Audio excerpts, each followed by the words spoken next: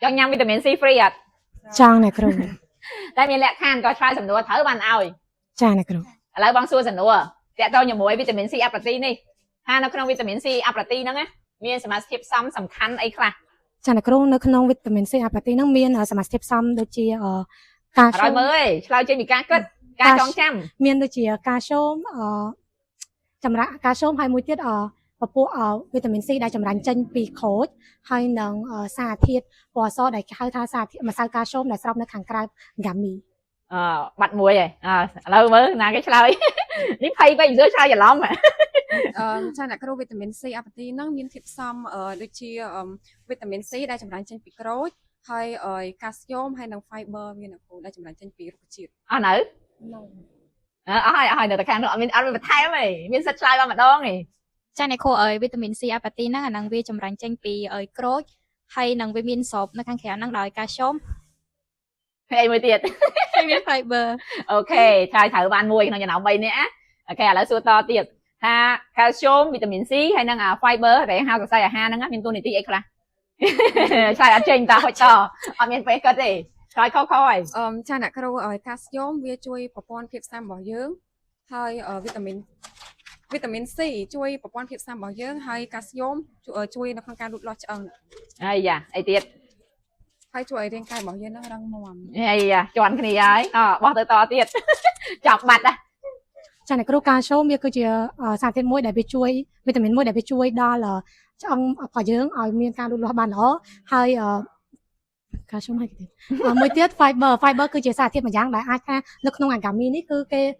ធ្វើចេញពីមានប៉េទីនដែលវាជាសារធាតុមួយដែលយើងយកចេញពីរុក្ខជាតិបន្លែឬក៏ផ្លែឈើអញ្ចឹងវាជួយដល់ការប្រព័ន្ធរំលាយអាហារ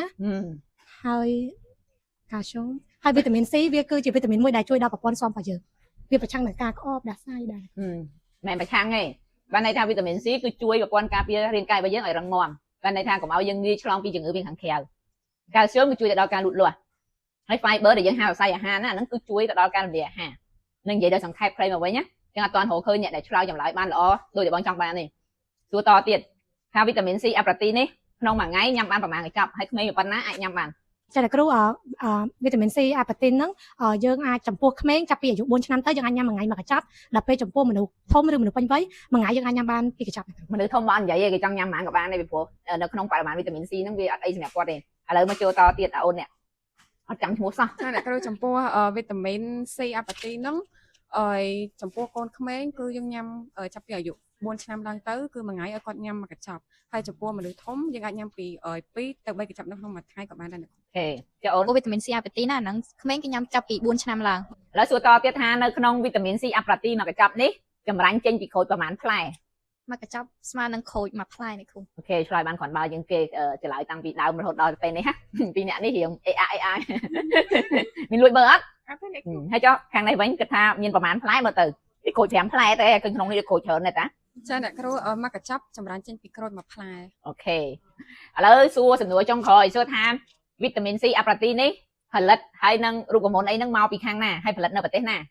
ចាអ្នកគ្រូវីតាមីន C អាប៉ាទីហ្នឹងយើងផលិតនៅប្រទេសកម្ពុជាយើងហើយរូបមន្តមកពីប្រទេសអាមេរិក អាយ៉ាហើយពីអ្នកនេះឆ្លើយដូចគ្នាអត់ដូចគ្នាយ៉ាងដោយសារតែចម្លើយឆ្លើយមកអត់គេហៅអត់ពេញលេញអ្នកខ្លះឆ្លើយនេះម្ដុំម្ដុំអញ្ចឹងបានវីតាមីន C ដូចគ្នាតែគ្រាន់ថាវីតាមីន C ដែលឲ្យនេះអត់ឲ្យដល់មកប្រអប់ទេឲ្យអ្នកមកកញ្ចប់ញ៉ាំណែអូខេចែកគ្នាហ្នឹងហើយចែកគ្នាញ៉ាំវីតាមីន C អាប៉ាទីឈ្ងុយឆ្ងាញ់ចម្រាញ់ចេញពីក្រូចពោធិ៍សាត់ហើយក្នុងមួយកញ្ចប់នេះគឺចម្រាញ់ចេញមកពីក្រូចមួយផ្លែ